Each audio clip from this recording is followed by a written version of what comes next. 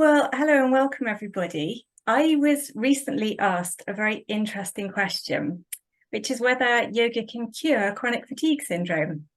Now, I'm Katie Dean. I am the founder of Find My Energy, and I help people recover from chronic fatigue syndrome and burnout, or better yet, help them find enough energy that they don't get into that phase in the first place. And today I'm joined with Sue Skelton to have a chat about yoga therapy. So we're going to be talking about what it is, how it can benefit you, and what a yoga therapy practice might look like. So welcome, Sue. Thank you so much for coming and joining me here. And if you could just introduce yourself to everyone, that would be wonderful.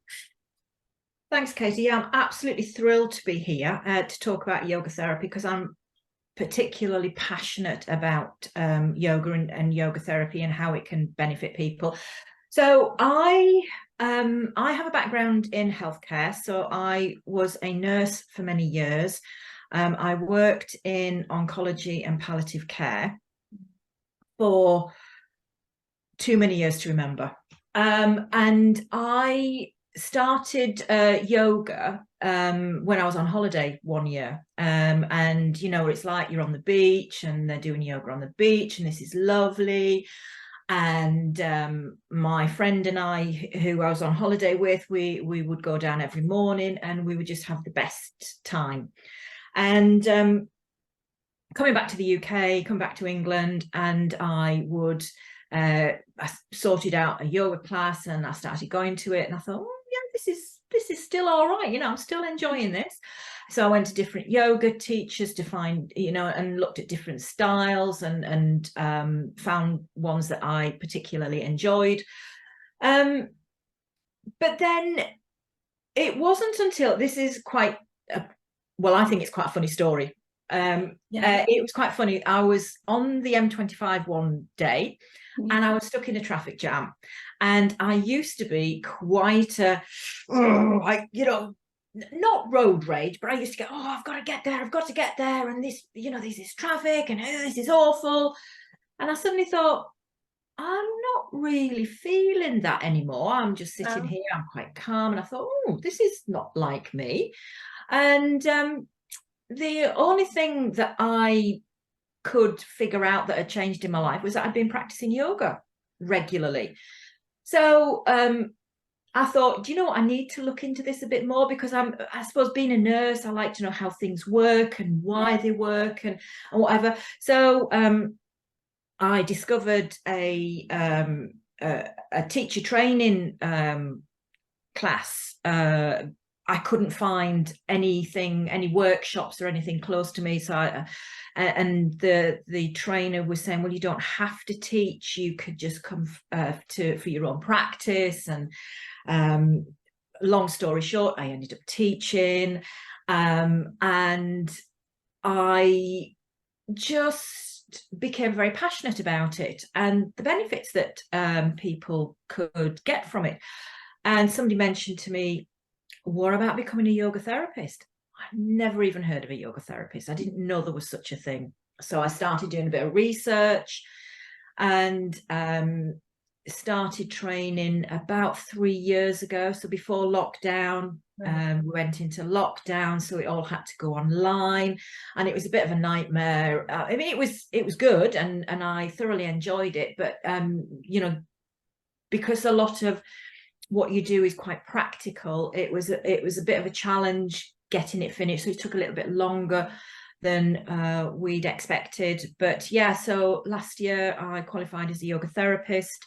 In the meantime, I have been working with people for quite some time with cancer and some palliative patients. So I was running a chair yoga class for people who worked in the hospice where I worked. And I work for a charity doing regular yoga sessions, and I do one-to-one sessions as well. So yeah, just love the therapeutic benefit of yoga therapy. Yeah, that's amazing. I mean, what a wonderful journey. And I also have done a fair bit of yoga therapy. I still do it each week, and I can testify it is amazing. So like the first obvious question is, you've obviously done a lot of different types of yoga as well, and people are familiar with yoga, but how does yoga therapy specifically kind of differ from just your general yoga class?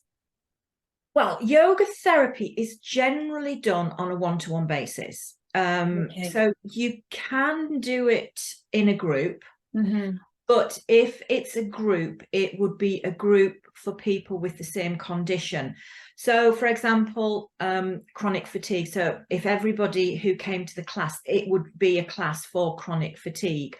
Or if it was a cancer class, it would be a class for people who had breast cancer. So, you know, if somebody had a different type of cancer, it would be a different class that I would be recommending. So it's all about, and it would be small numbers as well. Generally, mm-hmm. I wouldn't necessarily want to be doing a large group, because it's very holistic, and it's very tailored to the person in front of me. But we would use things from all different yoga backgrounds. So it might be that we would look at restorative yoga. It might be that we would use some breath work, meditation. So it's very much tailored to the person in front of me, and there's quite an in-depth assessment that I would do with somebody before I even looked at putting together a program for them. And then I would generally give somebody some homework, and when I say homework, it might just be 5 minutes of going outside and walking in some green space. It could be that you lie down for 15 minutes and do some yoga nidra, something like that. So it's not like I'm saying you've got to do this practice and you've got to do this and this and that. It's all very, very much around what is going to take them forward. It might be, and I'm not a nutritionalist, but it might be that I say, well, maybe you need to look at what you're eating, and it might be that I make an onward referral and say, well, maybe you might want to look at some, you know, nutritional information, that sort of thing. So it's looking very much at the person as a whole. Yeah, that's wonderful. That makes sense. And it sounds quite a lot like my practice, in that it's this holistic piece, and you're pulling in other pieces like nutritional support, like, you know, getting out into green spaces, all of that to just support the body. And in my experience, it's been very gentle. Yes. So yes, and yeah, just to pick up on what you were saying about bringing in different types, are there sort of certain styles of yoga that are better or more suited to certain conditions, or more about that? I wouldn't say that there's particular styles, because I think so yin yoga, I don't know if you're familiar with yin yoga. Yeah. So yin yoga is where you might hold a pose, and yin yoga is very much about improving flexibility, and you might hold a pose for anywhere from 3 minutes to 10 minutes, 15 minutes even sometimes. Restorative yoga is something where we use a lot of props. So we'll get somebody into a position or pose, and make sure that they're fully supported so the body can relax into the pose. So I suppose no is the easy answer, because it could be that somebody is feeling they've got some energy and they want to strengthen their body. So it might be that they want something that is a little bit more movement based.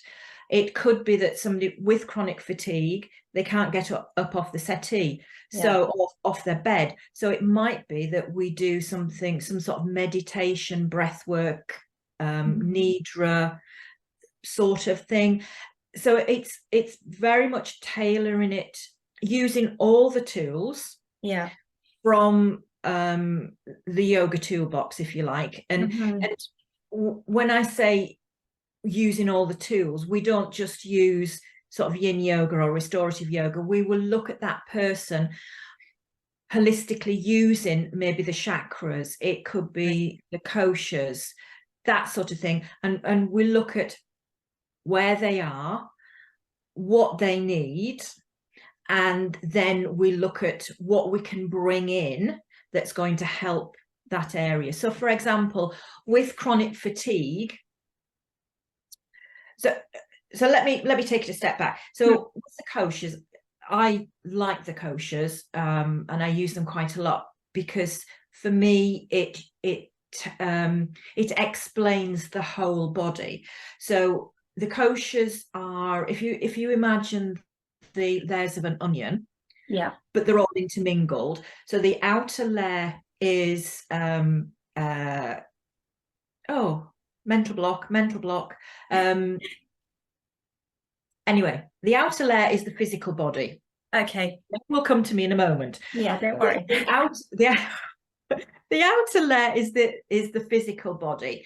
And so if you have physical pain somewhere, so you could have shoulder pain, so then we know that there's something going on in the shoulder.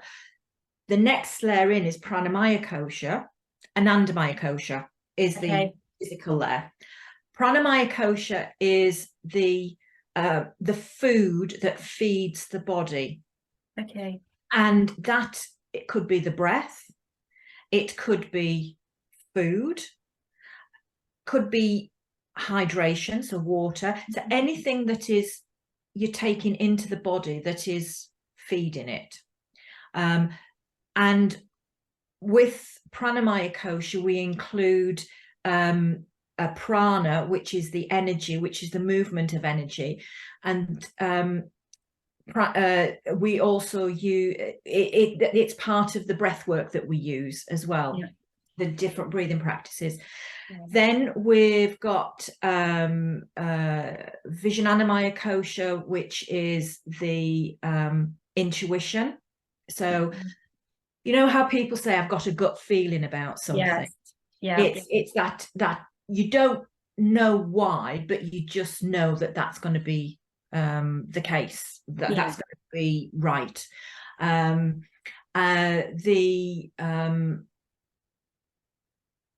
I've totally lost the next one. This is going well. Don't worry. You've got your wisdom layer. Okay. And you've got your higher layer, so your bliss layer, they call it. So when everything else is in alignment, everything is perfect, and you're deemed to be in this anandamaya kosha, which is this bliss layer. And to me, this sort of explains the whole body. So you might have a problem with your shoulder, you might have pain in your shoulder, but actually you might have problem with the movement of breath, because it's the lungs. So you know, so that sort of says that you might look at a breathing practice for somebody.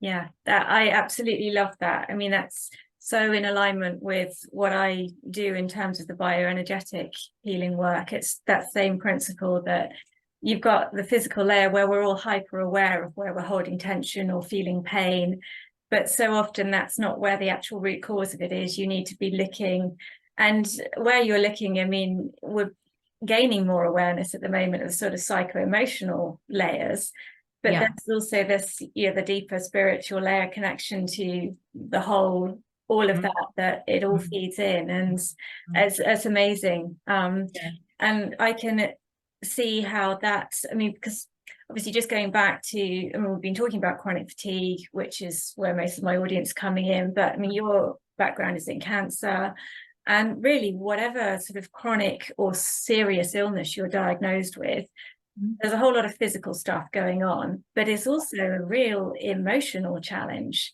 So I'm imagining that yoga therapy is hugely helpful for kind of dealing with both layers there. Yeah, absolutely. So it was quite interesting. So part of my course that my yoga therapy course, we have to have a yoga therapy ourselves. Mm.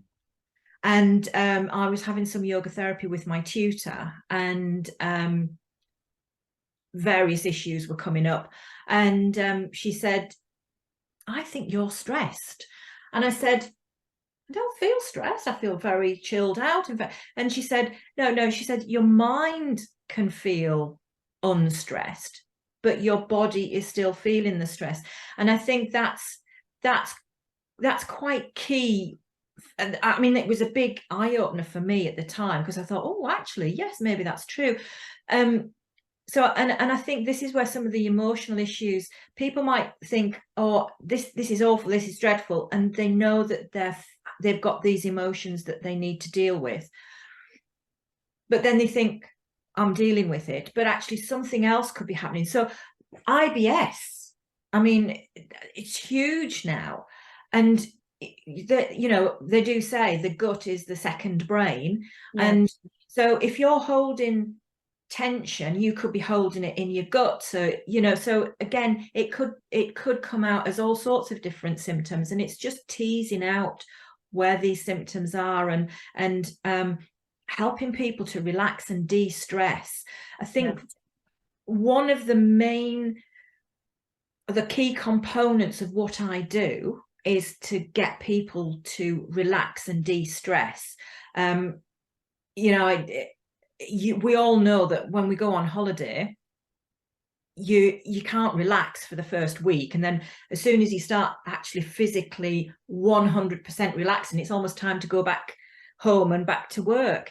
Because our bodies are so attuned and so used to chronic stress that we don't know how to relax anymore. People, everybody says, oh yes, but I sit down and I relax in front of the TV. That's not relaxing. No. You might have your phone with you, you might have your tablet, you might have a laptop or whatever sat on your knee, or you're watching the television. There's data input 24/7 almost now.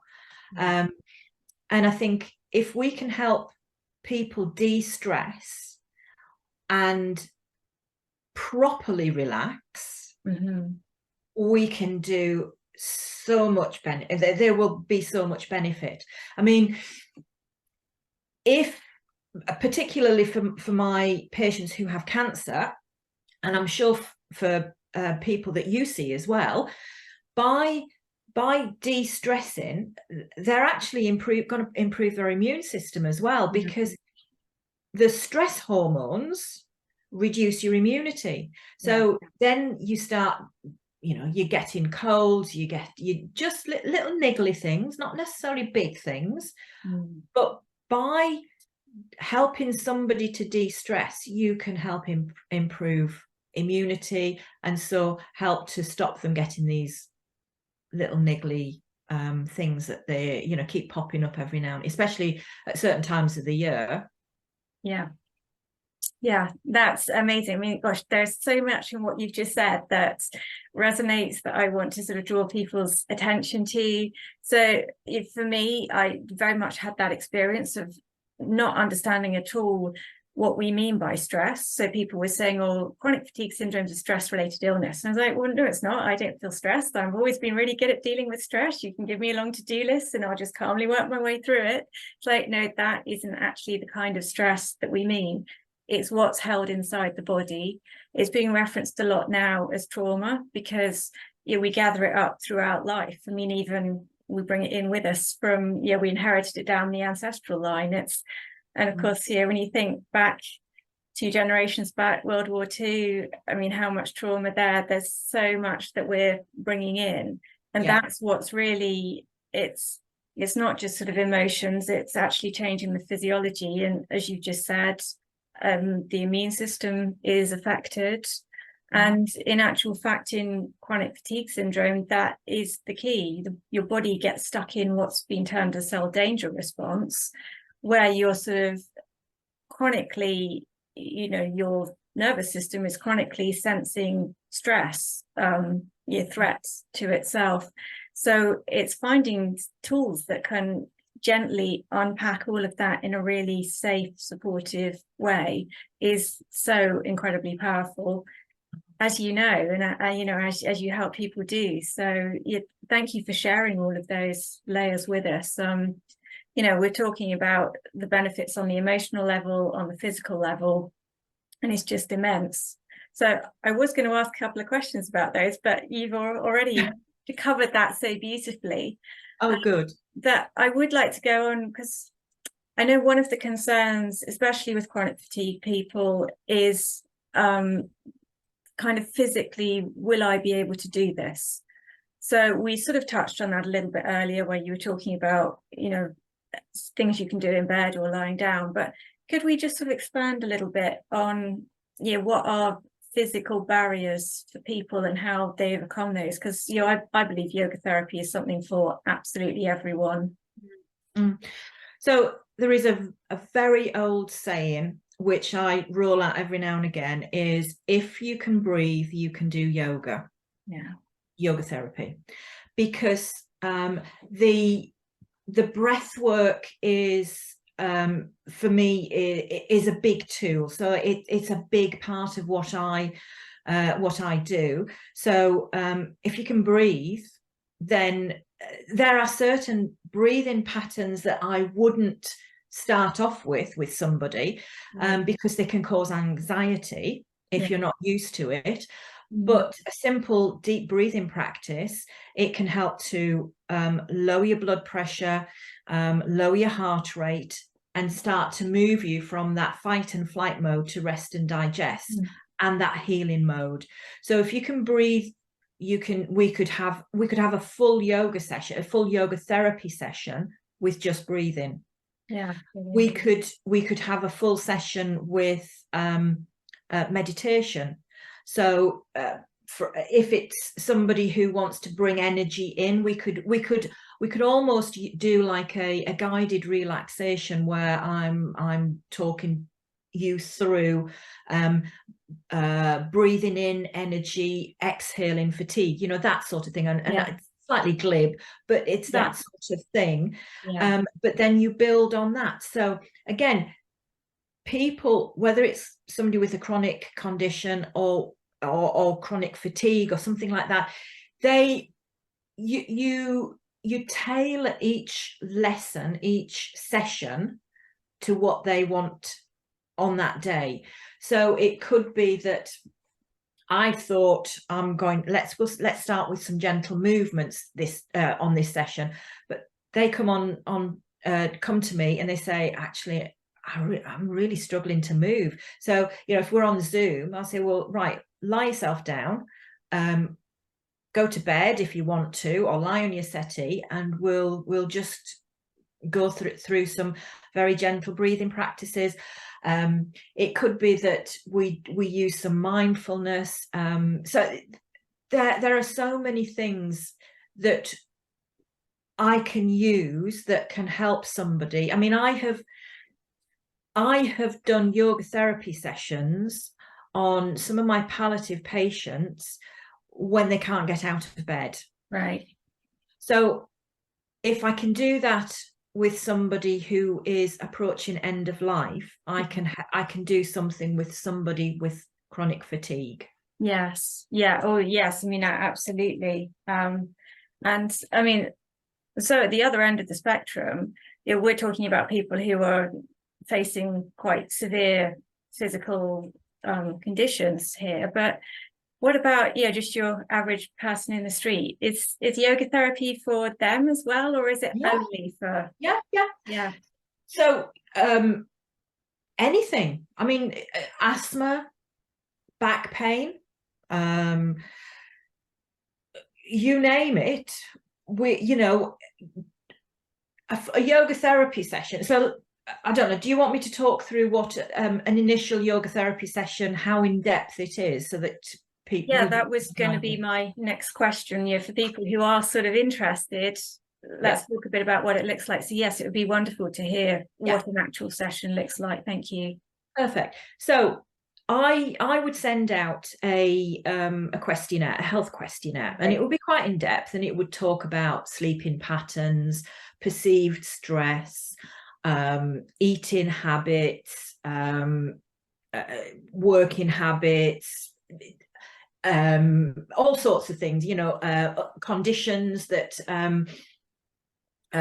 you might have, and then so I can do yoga therapy sessions face to face or on Zoom, right? And then on our first session we will go through that questionnaire, and I mean, I'll have looked at it beforehand and I'll have some questions that I want to ask, but we will just talk through it. So it could take half an hour. Okay. It may take longer. It takes as long as it takes, to be honest. Yeah. This is where it's not quite as easy on Zoom. So I like to do a physical assessment as well. So I look at how I get somebody to stand up, and I'll look at how they breathe. Mm-hmm. So I look at them breathing from the front, I'll look at them breathing from the back, and I will look at how they move. So I'll look at them walking away from me and then towards me. Right. And it gives me an idea of where their breath is. So a lot of people breathe up here. Yeah. And you really need to be breathing. You can't see my hands, but down here. Yes. And a lot of people, as they start to get older, they start to, and the shoulders come forward. So again, that's inhibiting the breath work, the breathing. So that gives me an idea of where we need of a starting point. Yeah. And then, as I say, the rest of the session would be just doing some very gentle movements, whatever. It could be that we only do 10 minutes of actual yoga work on the first session, but I will send them away with some homework, which, as I say, very gentle stuff. It's not, it's only 5 or 10 minutes, just something that is really doable. And then we'll book in a second session, and then we'll reassess and look at moving things forward. And again, there'll be a bit of an assessment as well, because if people if my clients are doing their homework, I'd hate to say homework, you know what I mean? I know what you mean. Yes. Then it may be that we move on and try something else. So it's that's how the yoga therapy sessions tend to work. Yes, very different from a traditional yoga class where you're straight in, do your warm up, and then all sorts of poses and relax at the end. So, I mean, how many sessions do people tend to have? Is there a kind of number, or is it how long is a piece of string? It's how long is a piece of string, really. I get people to book in blocks of 3 if they can. Right. I would say probably 6 is a good number to sort of think about to start off with. But it could be that, although we say 6 sessions, it could be that they start off being, for a couple of weeks, they're weekly, but then it could be that they're once a month, or so it could be that we have 6 weekly sessions and then it's once a month or once every couple of months, just to keep things ticking along. Again, it's very individual. That totally makes sense. So yes, I mean, this is what's wonderful about it. It really is tailored to your needs, not a general one size fits all. Absolutely. Yes. And I imagine because of that, you can get some incredible transformations. So I don't know if there's any stories you can share around that. Oh, there's a couple.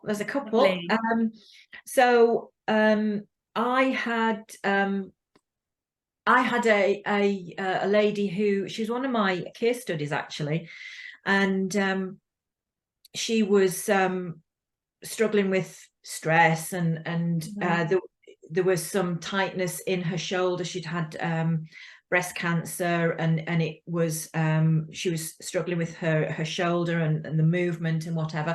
So we did lots of breathing practices to help reduce her stress. And it's quite funny because as I say, I do a weekly yoga class for a charity which is based down in Hampshire, where I used to live. And the lady that I'm talking about, she was talking to one of the other ladies that was coming to the class before we set up one session. And she said, oh yeah, I've been doing Sue's breathing practice, and oh my God, I feel so much better. And she said, I had to go for a CT scan the other day, and she said, I did the breathing practice and it was amazing. It was just so incredible. And it's so nice to hear that they're taking it out and they're using it in their everyday life. You know, you can do a breathing practice stood waiting to have your shopping go through the till at Tesco's if you want to, and nobody need know you do it. And a lot of the guided relaxation that I use, and again I've used it with this lady, was to really de-stress her and to move her from feeling anxious about everything to being able to recognize, and I think that's the key thing, that she was getting stressed about something and being able to manage it more herself. She had something that happened during the yoga therapy sessions. She had something quite significant happened to her, which she said before she'd started having the therapy sessions with me, she would have gone absolute, she'd have flipped. It would have sent her over the top. She said, but she was able to manage it. And I think that, as I say, that to me was just incredible. That and it was, I mean, I don't want to say what it was because it was very personal and private, but it was something really significant. And I don't know how I would have coped with it, but she said she was able to use the techniques and she was able to get through this issue and deal with it in a way that was measured and not just reacting to things. Without I mean, I've had ladies who could barely stand on one leg because they were so weak from treatment, and having so there was another lady who, she used to do a lot of horse riding. She couldn't get on a horse, she couldn't sit on a horse. She'd had breast cancer, and but she'd had other issues with the treatment, which had left her quite debilitated. And she is now back horse riding. She takes her horse to shows and jumps and things like that. So it's slow work. It doesn't work overnight, but I'm just so passionate about it. And like I've mentioned, the benefits are just incredible. Yeah, they are. I mean, those, yes, you've seen both emotional benefits and physical benefits there, and absolutely, Sue, your passion just shines through. It's wonderful. It's really wonderful. Thank you. So it would be lovely to end now just by asking you to share how people can work with you, because you said you do in person and on Zoom, so I'm guessing no one needs to be local to work with you. So no, I'm happy to work with anybody. So I'm based in Cumbria now. Okay. Sort of between the Pennines and the Lake District, North Cumbria.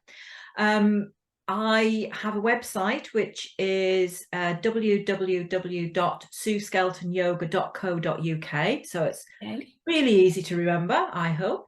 I'm on Instagram, Sue Skelton Yoga. I'm on Facebook, Sue Skelton Yoga. So I'd love to hear from you. I've also aside from the Facebook, I've just set up a Facebook group for people who have cancer, and because I've just set it up, it is yoga for cancer support group, I think I've called it. So yeah, I've got links all over my Facebook and Instagram. So yeah, just check it out and get in touch. If there's any questions anybody has, please do give me a shout, email me. I'm more than happy to give anybody loads of information, loads of help. Wonderful, thank you. And I'll make sure I include all those links and everything in the description down below as well. And I'll check I got the right names before I type them in. So yeah. Yeah. Oh, see, it's been absolutely wonderful talking to you. I mean, as I said at the beginning, I know how powerful yoga therapy is, and what you shared here today, I hope that's shown other people how wonderful it is and how it is accessible for anyone, and to help with whatever it might be that you're struggling with. You don't have to wait for it to get out of hand. Get on and find some relief and find some tools for dealing with your everyday stress. Absolutely, absolutely. Yeah. I think the sooner the better. If you're not feeling top form, I'm a huge advocate for saying, well, let's see what I can do about this now before it gets to the point where you're just you're absolutely debilitated by it, and it can be debilitating. Fatigue it's just dreadful. It's absolutely all encompassing, and it can take you from feeling on top of the world to feeling like you can't get out of bed in the morning. I think that's the thing, and I'm not an expert on chronic fatigue, but I think that's the problem with fatigue, is some days you can feel better than others, and then but why am I feeling so much worse today than I did yesterday? Well, it's a lot to do with the mitochondria, but I think you and I are going to have to get together and have another whole conversation about Sounds like it. Yes. Yeah, so no, I'm mindful of our time today. We could go on and explore all of that as well, but let's leave it here with the yoga therapy. And please, everyone, go and look up Sue, and consider bringing something like that into your life, because prevention is always better than cure, as they say. Absolutely. Yes. So Sue, thank you so much for your time, and I'm sure we'll connect again one way or another. So I think we will. Yeah, that'd be lovely. Thank you ever so much for having this opportunity to talk to you. It's been amazing. Yeah, it's a pleasure. It's wonderful for my audience to be able to hear more about it. So thank you, and best wishes.